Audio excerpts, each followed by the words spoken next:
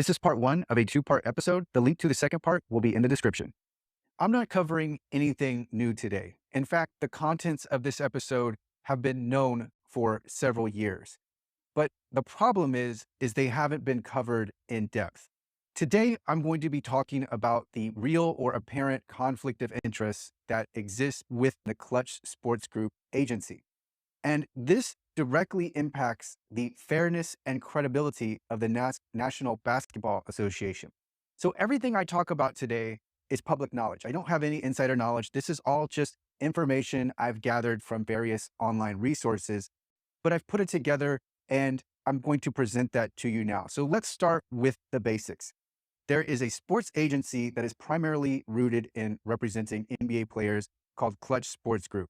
Klutch represents players from other leagues, but the origins are in the NBA and they represent several NBA players. The CEO of Klutch Sports is Rich Paul. Rich Paul is a very close friend of LeBron James. Rich Paul was selling sports jerseys out of the back of his car when he met LeBron, and LeBron's influence has been essential to Rich Paul's current standing and success. LeBron James is currently a top 15 NBA player who is in his 21st season in the NBA. So again, the problem is the real or apparent conflict of interest that exists because of LeBron's ties to Klutch Sports. Namely, that LeBron's close friend, Rich Paul, is the CEO of Klutch Sports, and Rich Paul is representing the best interests of players other than LeBron James. The implication here is that LeBron James could potentially exert influence through Rich Paul, and with that influence, impact player decisions and movements. And let's start off with the fact that this would likely constitute a technical violation of the NBA bylaws. Looking at Article 35, Misconduct, it reads, any player who directly or indirectly entices, induces, persuades, or attempts to entice, induce, or persuade any player, coach, trainer, general manager, or any other player who is under contract to any other member of the association to enter into negotiations for or relating to his services, or negotiates or contracts for such services, shall, on being charged with tampering, be given an opportunity to answer such charges. And the article continues, but I'll stop it there. And there's one more excerpt that I want to bring to light, and it's from the NBA Collective Bargaining Agreement. Section 36.3, Prohibition on Players as Agents. For purposes of negotiating the terms of a uniform player contract or otherwise dealing with a team over any matter, players are prohibited from A, representing other or current or prospective NBA players as an agent certified under the Players Association's regulations governing player agents, or B, holding an equity interest or position in a business entity that represents other current or prospective NBA players as an agent certified under the Players Association's regulations governing player agents. These two sections are highly relevant here, and at this juncture, there's two important distinctions I want to address. I'm not making any point about LeBron's comments on the possibility of playing with Anthony Davis. And one thing I don't have in my notes, let me pull it back. Around the time of 2017, 2018, there was a major stir in the NBA. The major stir in the NBA was that Anthony Davis was forcing his way out of the New Orleans Pelicans, and he might join the LA Lakers. Going back to my bullet point, I'm not making a point about LeBron's comments on the possibility of playing with Anthony Davis and that potentially being tampering. We have to separate that. I'm not referring to the potential of any tampering allegations.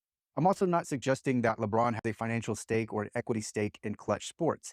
But what I am suggesting is that Klutch Sports operates under a conflict of interest, which allows for the potential for LeBron James to influence player movements and transactions. And going back to the collective bargaining agreement, section 36.3, it is very clear that the NBA does not want players to be acting as agents in any way, shape, or form. And they also don't want players to hold an equity interest or position in a business entity that represents other current or prospective NBA players. So now that we have that set, what exactly is a conflict of interest? Let's make sure we're on the same page. A conflict of interest is a situation in which an individual or organization is involved in multiple interests, financial or otherwise, and serving one interest could involve working against another. Typically, this relates to situations in which the personal interest of an individual or organization might adversely affect a duty owed to make decisions for the benefit of a third party. And I took this excerpt from the Wikipedia page on conflict of interest. So going back to Klutch Sports and Rich Paul and the obligation that Klutch Sports has, it's to act in the best interest of the players that it represents, not LeBron James. But the very fact that LeBron James is close friends with Rich Paul and LeBron James is who Rich Paul owes much of his success to, there is the potential for a conflict of interest. And remember, a sports agency is supposed to be acting at the behest of each of its clients and not any particular direction that someone else may want that agency to go in. So let's illustrate this point. And in the YouTube description, I will link to a clip where we have, the clip is from the ESPN's The Jump segment, where you have ESPN's NBA analyst, Amin Elhassan, unwittingly implicating LeBron James as the reason why the Celtics are off the Anthony Davis list of potential teams. Let's take a few quotes from the clip. He says, "I know there's a reason why Boston would not be on his list. If you remember a few weeks ago, Danny Ainge had the comment where he compared LeBron James to Donald Trump. And as I said, you're playing with fire there.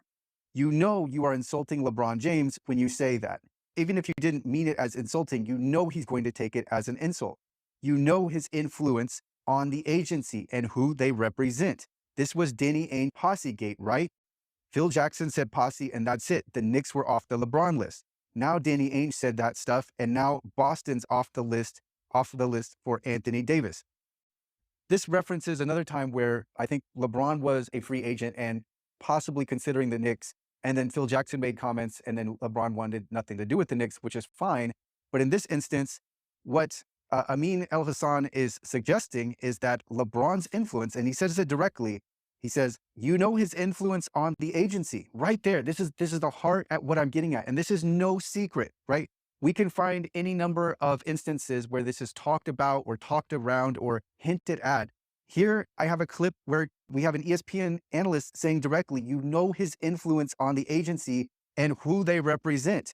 So at this point, it's Anthony Davis. And he says, now Danny Ainge said that stuff, and now Boston's off the list for Anthony Davis. And this is just Amin Elhassan talking candidly, but for the purposes of this video, he's making my exact point, which is that LeBron James should not have that influence on the agency, and he should not be directing where players go. One side note I have here in my papers is that Anthony Davis was actually fined $50,000 by the NBA after Rich Paul, his agent at the time, and I think Rich Paul is still the agent, told ESPN's Adrian Wojnarowski on that his client, quote, wants to be traded to a team that allows him a chance to win consistently and compete for a championship. It says the NBA's collective bargaining agreement prohibits players or their agents from publicly requesting trades. So Paul of Klutch Sports told ESPN that he had informed the Pelicans that Davis won't sign an extension and wants a trade. And this caused the NBA to fine Anthony Davis, which I thought was interesting. The NBA spokesman Mike Bass told ESPN that the league had commenced an investigation earlier that morning, and the NBA statement announcing the fine cited comments made by Paul as an intentional effort to undermine the contractual relationship between Davis and the Pelicans. It's clear the NBA does not want contracts to be undermined. Of course, that we know this happens sometimes, but here we have an instance of outright wrongdoing, and it caused Anthony Davis to be fined, but there were no repercussions for Rich Paul. And I don't know if that's because of complexity in the CBA, but it is Rich Paul that made the statement. And now let's go on to another topic, which is LeBron James having interest in Klutch Sports. Here we're dealing with whether or not LeBron James has a financial stake, whether or not he has equity in Klutch Sports. And this is something the NBA reportedly investigated, whether or not James owns shares in the agency, something that's prohibited by the rules of the NBA. And I can't find a direct press release, so this doesn't appear to be official.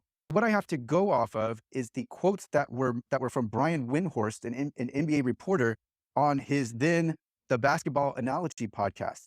And the quote is, LeBron doesn't have any ownership in Klutch Sports. The NBA investigated it and said LeBron doesn't have ownership. This is a very key point. that I'm about to make. And that point is that here we have an almost addressing of this situation, but not really. So it's looking into LeBron's ties with Klutch Sports, but it's shifting the focus on whether or not that or whether or not LeBron has a financial interest, because that is explicitly outlawed in the, I think it's the CBA, but it might be the NBA's bylaws. But either way, that's not permitted. The focus here is on whether he has a financial interest, but that's not the concern of most. The concern of most is whether he exerts influence over how the agency acts on behalf of its clients. So curiously, the episode from which this quote is from is no longer available.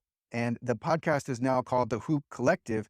Windhorst provides a lot of candid thoughts. He's covered LeBron for, I think, over a decade now. It might be decades, but Windhorst is very knowledgeable about LeBron and how he acts and the way he goes about things. And Windhorst called it, quote unquote, laughable to think that LeBron would be trying to get a cut of agent commissions, which, by the way, can be no more than 4% of a contract. And he went on to explain that Klutch Sports does not present James certain deals worth between $5 million to $10 million. So this was really something I came across casually. I didn't even know that this explanation exists. But pay attention to what I just said. Brian Windhorst went on to explain that Klutch Sports does not present James certain deals worth between $5 million and to $10 million. Why is LeBron James being presented deals? Is this true? This is something to pay attention to, right? This is getting, again, back to where we started. Is there a conflict of interest present? And this is worth following up on to see. But again, these people, Amin Elhassan, Brian Windhorst, they're talking candidly. They're not even working under the presumption that they're saying anything that isn't to be spoken out loud. This is just talking about what goes on. And it's apparent from this comment that there's something going on. Brian Windhorst, as the article goes on, went on to explain that Klutch Sports does not present James certain deals worth between $5 million and $10 million. And then we have another quote, and this is from LeBron's side. It's from LeBron's advisor. He's been referred to as a PR advisor. He's been referred to as a media advisor. This is Adam Mendelsohn. And Adam says, LeBron does not and cannot have any ownership in Klutch. He refers to Klutch as us because Klutch is his family. It's a dumb rumor. And while it doesn't bother Rich, I don't think anyone paying attention is confused about why his detractors say it. Okay, so again, this is getting back into this point that nobody was making to begin with. It's the focus. Again, the focus is in on this financial interest. I don't think anybody really thinks LeBron is that concerned with potentially getting a few more extra $1 million from Klutch Sports, when he really, if you think about it, where his motives would be potentially is where he can gain power and influence and start to really exert control. This one thing here that was casually mentioned, again, I'm just finding this on different publicly available articles. And this one was actually from Bleacher Report, which Bleacher Report is very light in when you were looking at potential wrongdoing. They've been very light in their coverage. But it says, LeBron refers to Klutch as us. Does that sound like a situation where we have a distinct player and agency relationship that are completely isolated? He's referring to Klutch as us. And that's from LeBron's media and or PR advisor,